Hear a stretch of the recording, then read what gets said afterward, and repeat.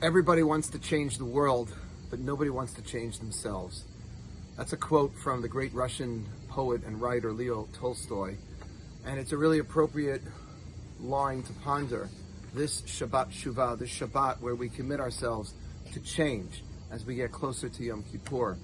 Change is difficult because 40% of our daily activities are formed by habit.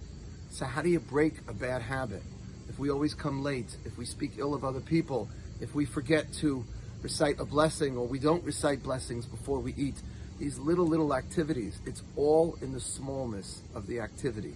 This is extremely important. In fact, our rabbis teach that it was on the day of Rosh Hashanah that Joseph was released from prison. And what does that mean?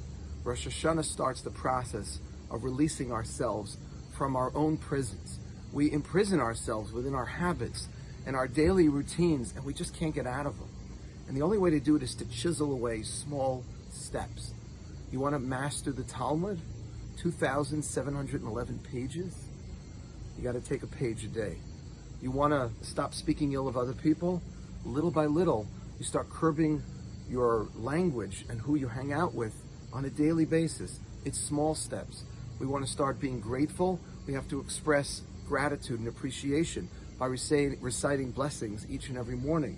These are incredibly important things. James Clear wrote a book called Atomic Habits, which is a guide to improving our habits. And he says that habits need to be small and easy.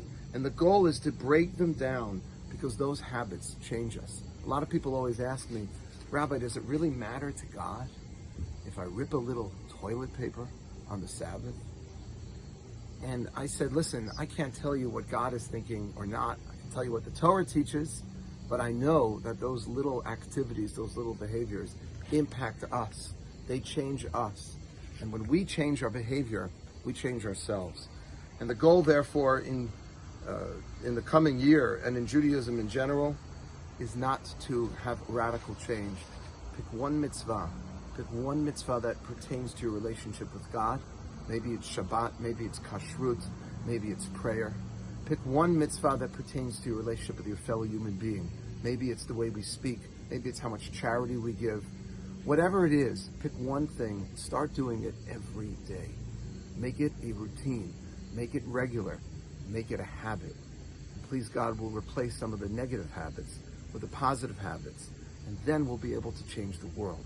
Because if we change ourselves, ultimately, the world will change. Shabbat Shalom, and a sweet and happy, healthy year.